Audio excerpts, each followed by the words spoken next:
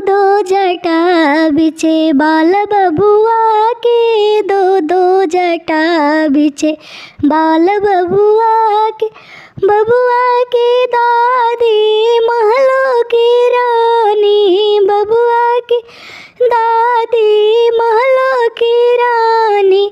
बाबा हमें हवलदार बबुआ के, दो दो जटा बिछे बाल बबुआ के, दो दो जटा बिछे बाल बबुआ के नानी घर घर के बिल्ली, बबुआ के नानी घर घर के बिल्ली।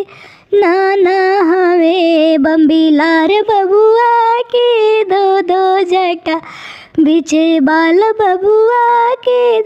बबुआ के मम्मी महलों की रानी, बबुआ की चाची महलों की रानी।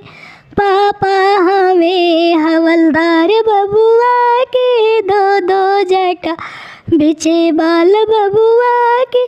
चाचा हमें हवलदार बबुआ के, दो दो जटा बिछे बाल बबुआ के। बबुआ के मौसी घर घर के बिल्ली, बबुआ के मौसी घर घर के बिल्ली। मामा हमें बम्बीलार बबुआ के, दो दो जटा बिछे बाल बबुआ के, दो दो जटा बिछे बाल बबुआ।